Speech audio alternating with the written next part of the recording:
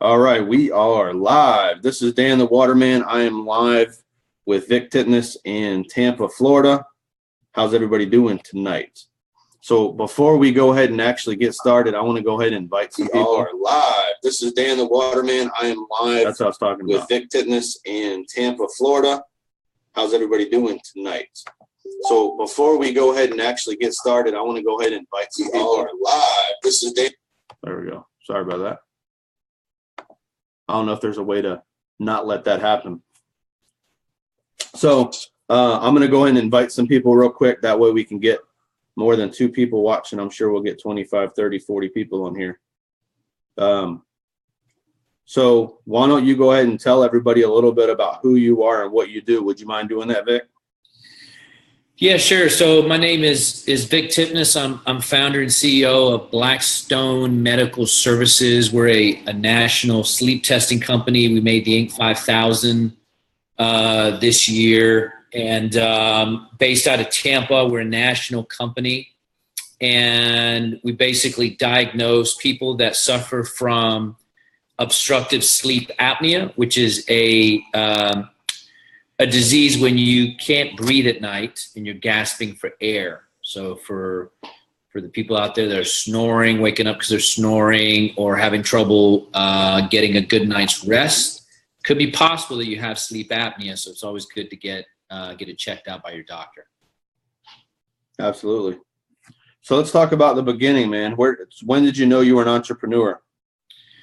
When did I know I was an entrepreneur? I knew at a really young age. I remember, hustling for a buck when I was 12 years old. I would sell things that my parents would give me. I would clean them up and sell them, or things that my brother would give me. And I was just always kind of thinking about how I could make a dollar. My dad was a business owner, so I think it was just kind of in my blood. And, it was at a very young age. Awesome. So what was your first revenue stream? Was it were you a teenager or a kid in your 20s? My first revenue stream, I started selling cars when I was like 18 years old. And so that was probably my first official revenue stream. Awesome. How'd you do with that? I did really good. I was salesman of the month. There you go. Good, man. Yeah. That's one thing I don't think I've ever sold. I went into a dealership for like a day, worked 9 to 9. I said, dude, there has got to be an easier way to make $100,000 a year than selling cars. So yeah, that's one of the reasons I got into the water treatment business, because in Florida, we have an advantage because the water here is horrible. So right. I just really love what I do. So let's talk about adversity, man, because you've had a ton of adversity. Let's talk about that. So when you were growing up, when you were early in your entrepreneurship, what were some of the things that were holding you back, and how did you overcome them? I think the things that were holding me back were really just, lots of counter intention in terms of where I was trying to go with my life. And I think everybody that's watching this deals with that. I'm obviously not the only one. And I think everyone deals with suppression in a different way. It could be a family member that's trying to push you down or invalidate you or anything like that. And so I think for me, it was, I didn't like thinking inside the box. I didn't want to be in the box. I didn't want to be with the norm. I didn't want to think like the norm. So I really had to go against the grain to kind of put myself in a position, whether it was with the right people and the right environments, where I knew that I could thrive. Right. And I think that's what I had to do to put myself in a better position, because, I didn't grow up with a silver spoon in my mouth. I didn't go to an Ivy League school. My parents weren't millionaires. I didn't have a lot of things handed to me. And so, it was one of those things where I had to really kind of dig my heels in and figure a lot of it out by myself. Yep. I get that for sure. So what were some of the environments that you looked for when you wanted to thrive?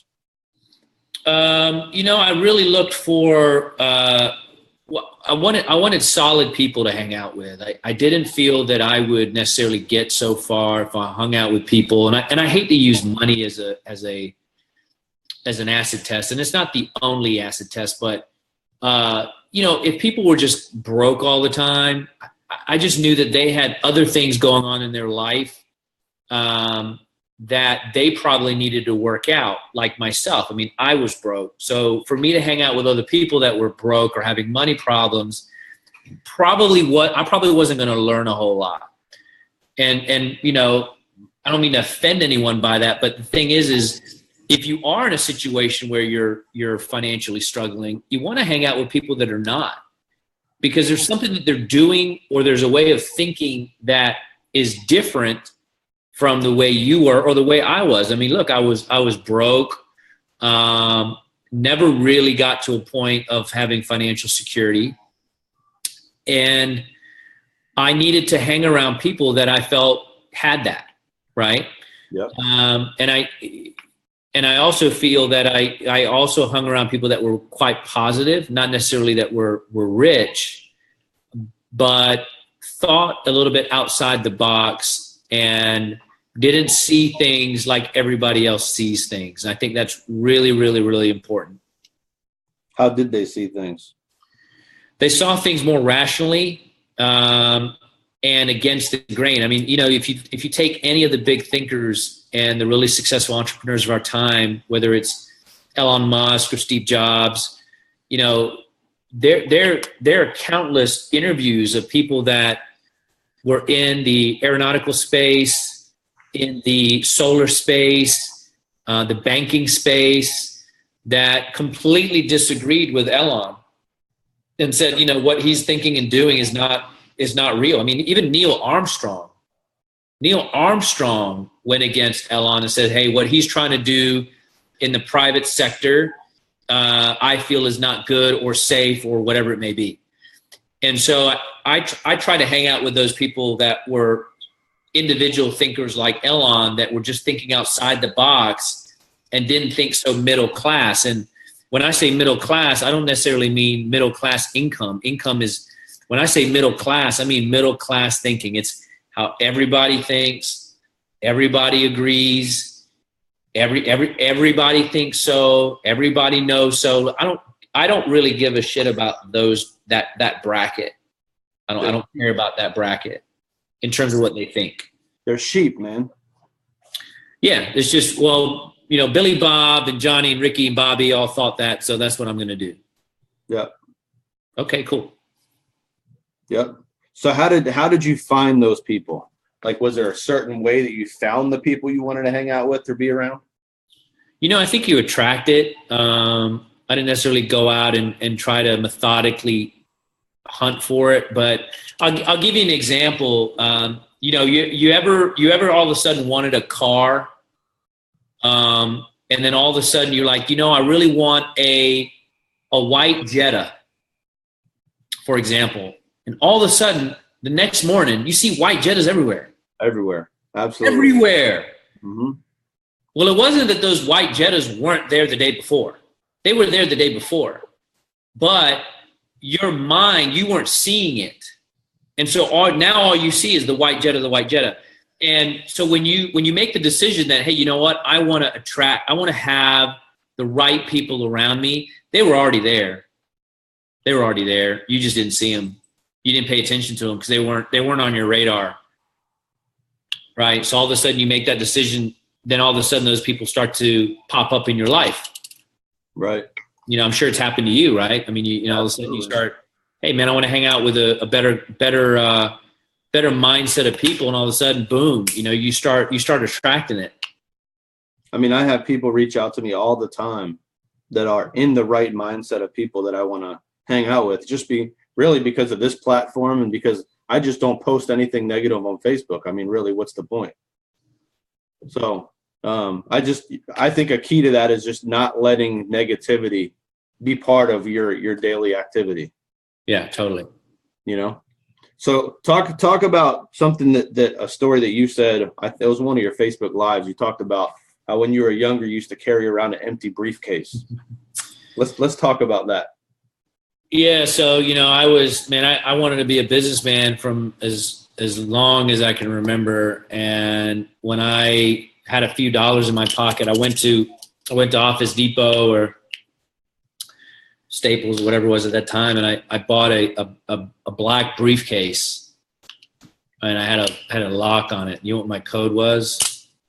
007. Nice. And so I walked around with this briefcase practically everywhere I went. I didn't have a business. I didn't have a business card. I put a calculator in it from Radio Shack and some pens and some paper in case I had a big deal working. But other than that, that was it. But, my friend, I had a friend of mine, Richard, from long time ago, and he would see me with it, walking around with it. I would just walk around with it, man. I thought it was cool. And at some point, I finally was able to use it when I got into business myself in my early 20s. But for several years, I walked around with a briefcase. But it was good because it kind of helped me be who I wanted to be before I was who I was. And I think that's very important. I think if you want to be rich, you got to act rich. Can't be rich and think poor. That mentality doesn't exist. So how do you feel about the saying "act as if"? It's great. You should act as if. I mean, even when I had $78 in my bank account, I walked around and acted like I was a millionaire. I mean, I ran into a buddy of mine recently that met me. I met him 3-4 years ago when I was completely broke, and he was like, "Dude, I thought you were a millionaire." I'm like, "No, dude." And he goes, "I was surprised to hear that at that time you had like you had $78 to your name, and you were losing $25,000 a month in your business." And I was like, "Yeah." So I think it's a way of being. You got to kind of carry yourself that way. So mentally, it switched a long time for you, right? Financially, when did it switch? Like at what point did the mentality and your finances kind of come together and make it worthwhile? I struggled for many, many, many years. It hasn't been up until recently, I'd say within the last year and a half, that I've actually started to feel or see money, more money than I've seen before in my life. But that's been recent. Okay, awesome. So let's talk about the early struggles. What kind of struggles were there, and what did you learn from them? Well, there were a lot of struggles. I think my biggest struggles were, I would say, 3 years ago when I got a call from my then business partner that the investor was pulling out, and we were about 4 days away from a payroll. We had $2,500 in the bank. I think our payroll was $20,000. And, it was an interesting time because I had to make a decision about what direction my life was going to go in at that point. I mean, it was a very clear junction for me, either this way or that way. And I was on the way to pick up my 2 boys from school, and I got this call, and it was literally within a few seconds. I mean, I got this information. Hey, the investor's out. Oh, by the way, I'm out too. Here I was all by myself in this business that was losing, $30,000 a month in cash. I had almost $1 million of debt. My credit cards all maxed out, and I had no money. And I literally just decided at that point. I said, "Well, you know what? I'm gonna make this work. I don't really give a shit. If okay, you're out, fine. I'm gonna make this work." And it was literally just that decision I made. It was such a powerful decision because I think that as an entrepreneur, and for anybody that's going into business, and I'm sure you've dealt with this yourself, you're going to have a lot of stuff that happens that you don't predict. And you have to be ready for it, number one. And that's why I don't believe that entrepreneurship is for everyone. I don't believe that. I believe anybody can make their dreams come true and become financially successful. But there's different ways to do that. You don't necessarily have to be an entrepreneur. You could be president of a bank. You could be president of a company. You could be an amazing salesperson and be making $1 million a year. So I don't necessarily think you have to be an entrepreneur to make millions of dollars. But I think in order to be an entrepreneur, I think you got to have a stomach for it. I think you have to be willing to be comfortable in situations that most people would not. Like I had to be comfortable with not getting a paycheck for, I don't know, an indefinite period of time. How many people will be okay with that? Not many. But I was okay with that. Yep, I hear you. That's why I told you right before we went live, I quit my job on August 30th, man. And to be honest with you, I had that as soon as I did it, like 30 minutes afterward, I said, damn, what the hell did you just do? Because, I was making $200,000 a year. I was making a decent income, but I was still working for somebody else. For me, I couldn't do it anymore, man.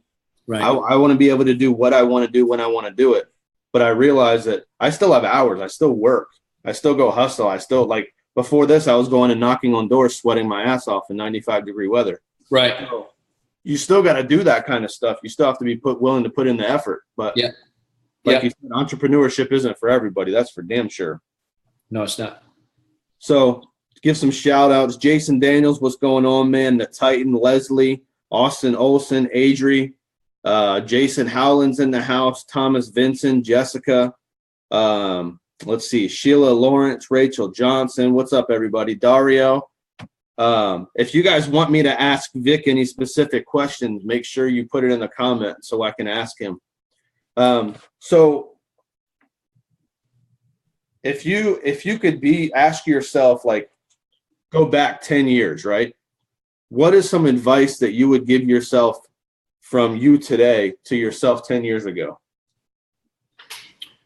10 years ago. So that puts me at 31. How about we go back 20 years? Can we go back 20 years? Absolutely. 20 years. My advice to myself is be very careful about the partner you pick for your life in terms of marriage. Be very, very, very careful. Because you got to find somebody that's completely on board with your mental mind state and at your level. And if they're not at your level, you're going to be miserable. That's number one. Number two, I think you've got to cultivate the right friendships that have similar purposes and goals. Because I going back in my life, there are friends that I have and have had that, are almost going on 2 decades. I've got friends that are 12, 13 years deep, some more. And that's not normal. Usually it's like, hey, how long have you known your friends? Oh, a couple of years. 10 years, maybe. 15 years, unlikely. 20 years, less unlikely. And so what that shows is that people are moving their separate ways because their purposes and their goals are not aligned. Right. Right. So my advice to myself 20 years back would be that is to align yourself with people that have similar purposes and goals. So you're all kind of pushing towards, the same direction. And you need that not only with your spouse, but you need that with your friends and in order to grow.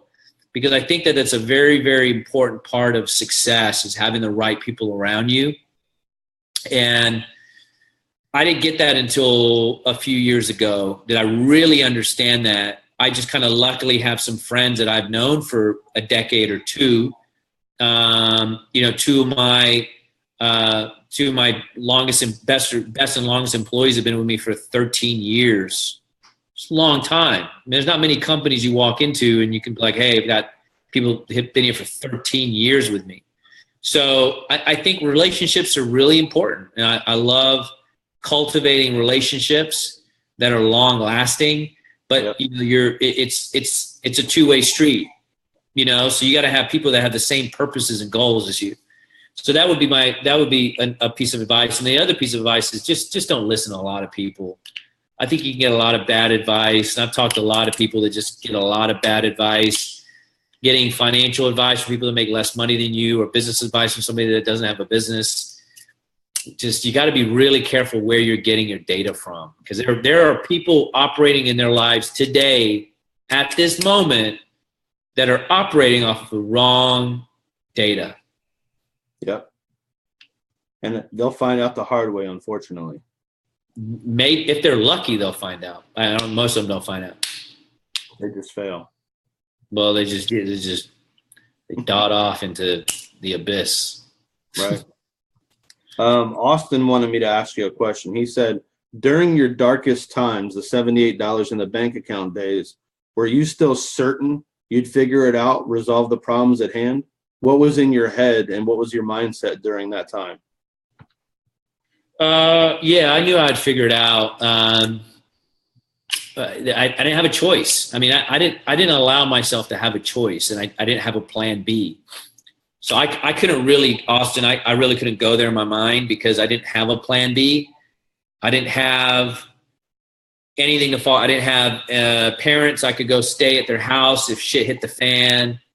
I didn't have anything to fall back on. So there was no what if this doesn't work. It was just, I kind of methodically put myself in a position where I was like, look, I've got to make this work. Otherwise, you know, I'm done. So my mentality, my mindset was just, I got to get it done. Was it tough? Absolutely. Was I scared? Absolutely. Was I fearful? Absolutely. But I had to overcome that. And I think that's one of the defining moments in entrepreneurialism is did you overcome that fear or not? Yep. Absolutely. Absolutely. So what were some of your beginning steps? Like after you got to that point and realized that it was like you had to make it happen, what were some of the beginning steps that you took in order to make it come to fruition? You know, I'm big on proof of concept. I don't like to just have an idea in my head and just think because I have this idea, and think that I'm just this amazing person, and because I like it, because I would buy it, everybody else will. I don't buy that. So I like to prove the concept out. I actually want to talk to people and show people that are not my friends, don't know me, random people,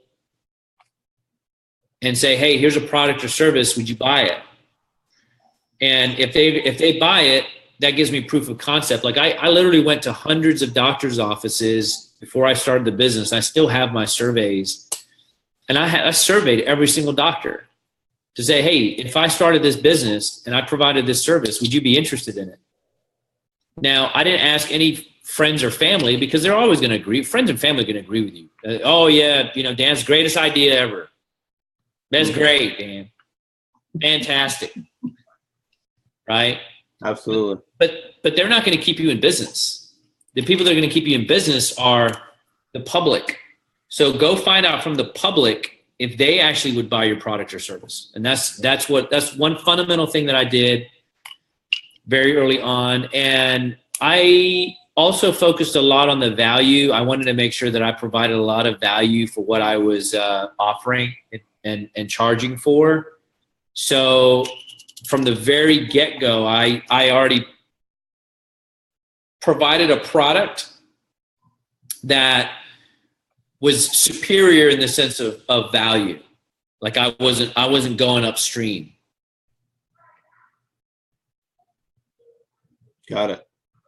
So I think what I took from that, I love the idea of marketing to random people. I mean, I think that's brilliant, man, for sure. You have to. I think if you do it any other way, you're cheating yourself, because it's not you and your family that's going to buy your product. It's public. And so if you don't get the idea from the public that, hey, look, would you swipe your credit card for this thing? That's the acid test. Right. You're going to swipe your credit card for this. Look, if you meet with a buddy and he doesn't swipe his credit card, dude, he ain't buying your product. Right. So what were some of the questions that you asked the doctors? Was it just, this is a service I'm coming out with, would you get it? Like what did that look like?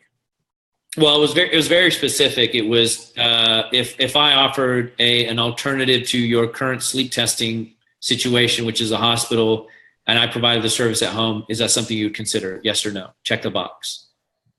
If it was 60% cheaper, is that something you would consider? Yes or no? Check the box. And how many sleep tests are you ordering on average per month? What's that number? I'm making that number's 100. Dude, that number may be 5. I don't know. Right. Right. But you found out. That's the important part. I found out. And then I said, okay, so you're ordering, 5 tests a month. Okay. And if I provide this, how many would you possibly refer to me? And it's not a contractual thing, but how many would you refer? All 5, 1, 2, 3, I don't know. So I literally, and that kind of gets you buy-in. Absolutely.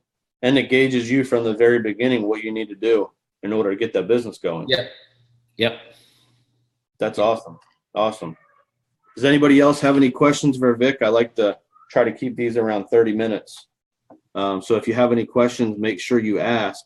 I'm going to ask you something that has nothing to do with what we're talking about right now, because you may or may not have been seeing my post about Puerto Rico. And I have been, my goal is to donate 500 of these bottles, these water filter bottles, and ship them to Puerto Rico, right? Mm-hmm. So I'm thinking about, want to get your opinion on this. I'm thinking about putting together a webinar of speakers, 10 to 15 speakers on a certain day, where each of them has a 20, 30-minute block, something like that, and creating a Facebook group and charging people to get into the Facebook group. And that money goes towards these water filter bottles. How do you think that would work? Do you think it would work?